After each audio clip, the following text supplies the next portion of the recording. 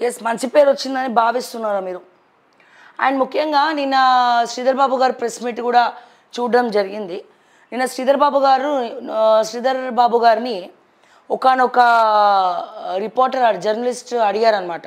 ఏమని, 1,50,000 కోట్ల స్కామ్ జరుగుతుందంట కదా ఈ మూసీ నది ప్రక్షాళన కార్యక్రమంలో భాగంగా అని చెప్పి అడిగితే, అసలు ఎవరు చెప్పారండి 1,50,000 కోట్లు జరుగుతుంది, స్కామ్ జరుగుతుందని? అసలు మేము రూపకల్పన లేదు, మేము 65,000 కోట్లే అవ్వచ్చు, 75,000 కోట్లే అవ్వచ్చు, లేదా ఇంకేదైనా అవ్వచ్చు. సో మేము ఏ రకంగా అనౌన్స్ చేయలేదని మన దుద్దిల్ల శ్రీధర్ బాబు గారు మాట్లాడడం జరిగింది నిన్న.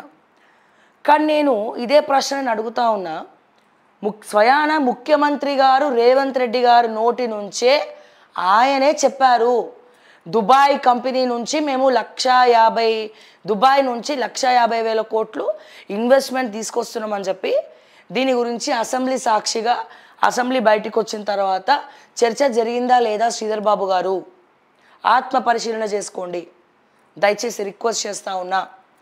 ఆయనకి తెలిసి తెలియక మాట్లాడుతున్నారో రేవంత్ రెడ్డి గారు, మరి ఏందో తెలియదు కానీ, సో మొత్తానికైతే 1,50,000 కోట్లు అని చెప్పి ఒక మంత్రి వచ్చి 55,000 కోట్లు అంటాడు, ఇంకో మంత్రి వచ్చి 75,000 కోట్లు అంటారు.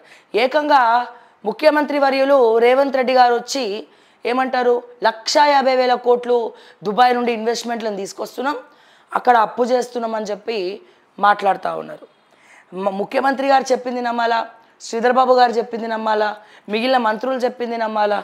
ఏది నమ్మాలి, ఏది నిజం, ఏది అబద్ధం? సో దయచేసి మీరు కూర్చొని చర్చ జరుపుకొని ఒక అమౌంట్ అనౌన్స్ చేయండి అని చెప్పి నేను మరొకసారి ఈ సందర్భంగా తెలియజేస్తా ఉన్నా. అండ్ ఇందాక ఒకసారి చూద్దాము.